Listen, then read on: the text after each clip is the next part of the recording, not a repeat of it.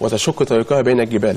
النص التالي بقى بيصف عبد الفتاح السيسي: يكون بها شاب أنشوش عادي، في الحق يرشق ولا يوالي، وبالواو بالكافر لا يبالي، فيخطط بروحه الخطط ويبعد عن عقله الشطط، فيحوز العلم اللدني ويعبر الطريق السني ويسيطر على عالم الجني، ثم يترككم تجولون وفي الوهم تائهون، حتى يمل العالم من التيه ومن توليد السفيه محمد مرسي، فيقترحون عليه التولي بالترهيب والترهيب، فيقبل دون مشيئة، وتبدأ الملاحم الجريئة، وهذا كائن لا محالة وحقيقة، وعلاماته خسف بالضيقة وأمور تليها، وانظر انظر بأعجمها. سي سي، وهنا صمت وسر وخي وبر، انظر انظر سي سي. النص دون من 1100 سنة. فصاحب مصر هو الأسمر القوي الصلة بالمؤسسة العسكرية، الفريق الأول عبد الفتاح السيسي صاحب مصر ورئيسها القادم. أكمل.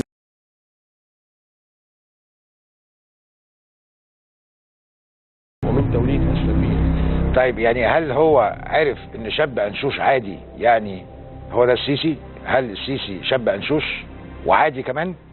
في الحق يرشق ولا يوالي ممكن، لكن انشوش وعادي يا حاج احمد مش عارف.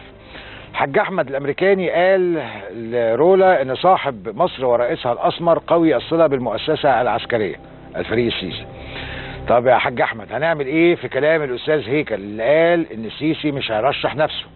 طب يا ترى الاستاذ هيكل راجع عم احمد قبل ما يقول تصريحاته بخصوص عدم ترشح السيسي؟ طبعا الموضوع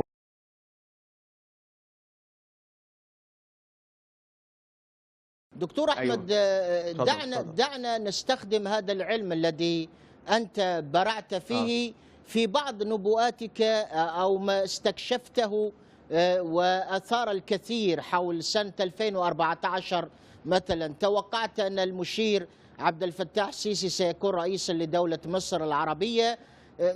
ما هي الأفكار؟ تمام. سريعا أعطينا إياها على شكل برقيات علمية حتى نناقشها إذا سمحت.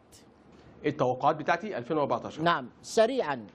طبعا طالع اي دوله بالنسبه للعالم، بشوف طالع العالم من خلال سنه معينه، نزول الشمس برج الحمل. بالنسبه لمصر لها طالع زي ما الناس لهم طوالع مواليد، فايضا الدول والبلاد لهم طوالع. بالنسبه لمصر بشوف الطالع ساعه نزول الشمس برج الحمل تقريبا يعني 21 مارس. تبين لي الآتي خلال عام 2014 و2015 اللي أنا بعتبرهم سنة واحدة لا ينفصلان.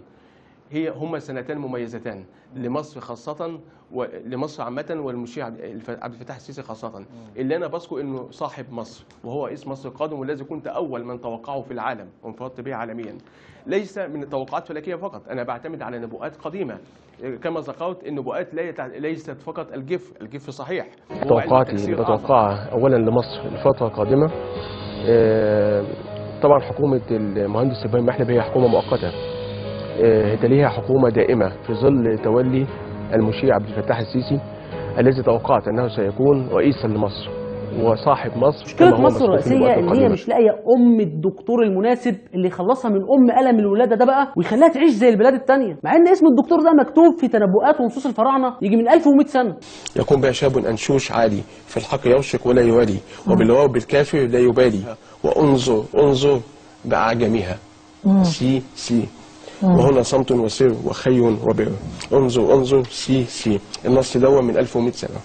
فصاحب مصر هو الأسمر القوي الصلة بالمؤسسة العسكرية، الفريق الأول عبد الفتاح السيسي صاحب مصر ورئيسها القادم.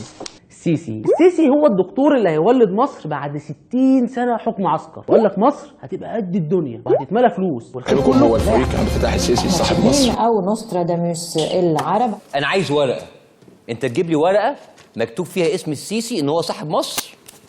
ادي العقد اهو، اكتب لك نص المسح ده على طول.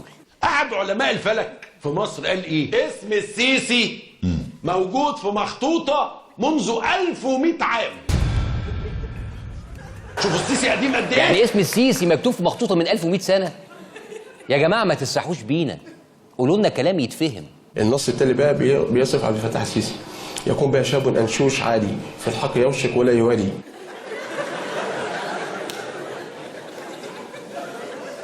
انشوش وبيرشق ازاي يعني؟ الكلام ده ما ينفعش يتقال على التلفزيون يا جماعه.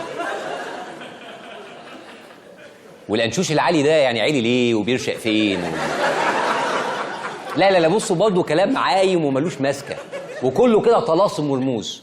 شاور لي على اسمه وقول لي اهو اكتب لك نص المسرح اللي فاضل. وانظر بعجمها سي سي وهنا صمت وسر وخي وبر. انظر سي سي. النص ده من 1100 سنة. أحد علماء الفلك في مصر قال إيه؟ إنه اسم السيسي موجود في مخطوطة من 1100 عام. هو قصده وصف السيسي، المخطوطة دي عن وصف شخصية معينة. اسم السيسي موجود في مخطوطة منذ 1100 عام. شوفوا السيسي قديم قد ايه؟ يعني السيسي قاتل والسيسي خاين من 1100 سنة. والاخوان جايين مش عارفين ان الراجل مكتوب عنه من 1100 سنة. والراجل قال انه هيبقى فيه انتخابات، هيبقى فيه استفتاء وهيبقى فيه انتخابات برلمانية، انما مش هيبقى فيه انتخابات رئاسية. يعني ده تعدى وحيد شوية، وحيد قال لا دي ولا دي. انما ده قال كده وكده وبعدين مفيش رئاسية. الناس هتطلب السيسي يجي، فالسيسي يجي طبعا لانه موجود في مخطوطات. معانا الاستاذ الفلكي احمد شاهين عضو الاتحاد الامريكي للفلكيين. اهلا بك يا استاذ احمد. اهلا استاذ عمرو. الانتخابات الرئاسيه هناك نيه لاقامتها، لكن لسبب ما قدري متعلق بنبوءات قديمه سيتم توقف الانتخابات الرئاسيه عند احد عبد الفتاح السيسي صاحب مصر المذكور في النبوءات القديمه الذي سينصب. الانتخابات الرئاسيه هتقف، الشعب كله هيطلع. احنا عايزين عبد الفتاح السيسي ما فيش انتخابات، ضرب نار هيحصل. الفريق عبد الفتاح السيسي سينصاع لرابط الشعب المصري والشعب العربي، لانه دي دور قادم كزعيم للامه العربيه سيتم تنصيبه وتفويضه من خلال احتفال مصري وعربي وعالمي. فانت بتقول ان مفيش انتخابات رئاسيه والسيسي هيجي برغبه الشعب. هيجي برغبه الشعب وسينصب ويفوض. الناس اللي هتطلع في الشارع اكتر من اللي طلعوا ويدوا تفويض لحركه التمرد في علامته خسف بالضيقه، في علامه كونيه سماويه ساعه توليه تنصيبه. وبعدين اخر المخطوطه بتقول انظر باعجمها سي سي وهنا صمت انت فيها واحده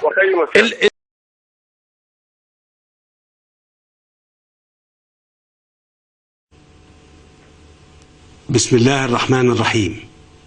شعب مصر العظيم، أيها الشعب الأبي الكريم، اليوم أقف أمامكم للمرة الأخيرة بزي العسكري بعد أن قررت إنهاء خدمتي كقائد عام للقوات المسلحة وزيرا للدفاع والإنتاج الحربي. أنا قضيت عمري كله جندي في خدمة الوطن وفي خدمة تطلعاته وآماله، وسأستمر إن شاء الله. اللحظة دي لحظة مهمة جدا بالنسبة لي. لا يمكن على الإطلاق أن يجبر أحد المصريين على انتخاب رئيس مش عايزينه. أنا أقف أمامكم مباشرة لكي أتحدث معكم حديثا من القلب زي ما تعودنا،